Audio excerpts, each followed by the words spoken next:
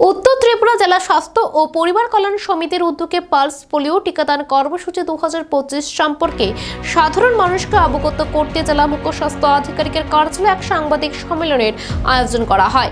সাংবাদিক সম্মেলনে উপস্থিত ছিলেন উত্তর ত্রিপুরা জেলার মুখ্য স্বাস্থ্য আধিকারিক ডক্টর দীপক চন্দ্র হালদার। তিনি জানান, পালস পোলিও কর্মসূচি আগামীকাল 21 ডিসেম্বর থেকে শুরু হবে। ওই দিন নির্ধারিত পোলিও বুথগুলিতে শিশুদের পোলিও টিকা খাওয়ানো হবে। এরপর 22 ও 23 ডিসেম্বর বিশেষ টিমের মাধ্যমে বাড়ি বাড়ি গিয়ে পোলিও টিকা খাওয়ানোর কর্মসূচি গ্রহণ করা হয়েছে। ডক্টর হালদার আরও জানান, শুধুমাত্র ধর্মনগর মহকুমাতে খোলা হবে 459টি পোলিও সেন্টার। এই অভিযানের আওতায় 5 বছরের কম বয়সী সকল শিশুকে পোলিও প্রদান করা হবে।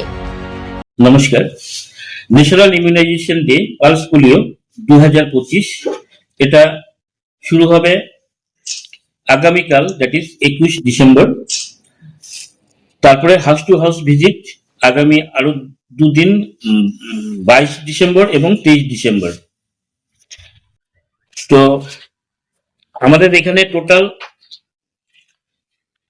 বুথ আছে 459।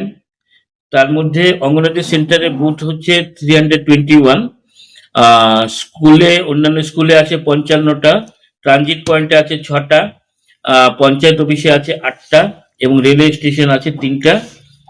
3 জায়গায় কিন্তু বুথ থাকবে। টোটাল পপুলেশন নর্থ ত্রিপুরাতে আছে 96,896,